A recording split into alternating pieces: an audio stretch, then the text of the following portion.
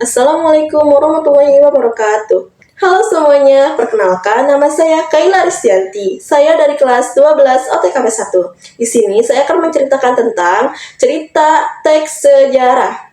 Teks cerita sejarah adalah teks yang di dalamnya menjelaskan atau menceritakan tentang fakta atau kejadian masa lalu yang menjadi asal muasal sesuatu yang memiliki nilai sejarah. Cerita sejarah dapat dikategorikan sebagai teks naratif jika disajikan dengan latar sejarah dan menggunakan urutan peristiwa atau alur cerita. Selanjutnya, ciri-ciri teks cerita sejarah. Karena cerita sejarah itu menceritakan serangkaian peristiwa yang telah terjadi di masa lalu, maka teks cerita sejarah akan berisi fakta-fakta. Kemudian teks cerita sejarah juga harus disampaikan secara runut atau kronologis sesuai dengan waktu terjadinya peristiwa sejarah tersebut. Selanjutnya, struktur teks cerita sejarah. Struktur teks cerita sejarah terbagi menjadi 3. Yang pertama, orientasi. Yang kedua, urutan peristiwa. Dan yang ketiga, reorientasi. Orientasi adalah struktur yang pertama, yaitu bagian ini berisi mengenalan atau pembuka dari teks cerita sejarah. Biasanya, pada struktur ini menggunakan jenis kalimat deskriptif. Yang kedua, urutan peristiwa.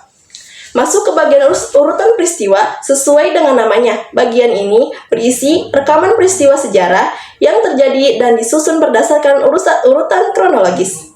Dan yang ketiga, reorientasi. Struktur teks cerita sejarah yang terakhir yaitu reorientasi. Bagian ini berisi komentar pribadi penulis terhadap cerita yang ditulisnya. Selanjutnya, ada jenis-jenis teks cerita sejarah. Jenis-jenis teks cerita sejarah terbagi menjadi 2. Yang pertama, teks sejarah fiksi, dan yang kedua, teks sejarah non-fiksi. Teks sejarah fiksi sesuai namanya. Teks sejarah fiksi adalah jenis yang mengangkat peristiwa masa lalu, namun disajikan dengan gaya yang lebih memikat pembaca. Yang kedua, teks sejarah non-fiksi. Sebaliknya, teks sejarah non-fiksi adalah jenis yang menceritakan peristiwa berdasarkan fakta yang akurat.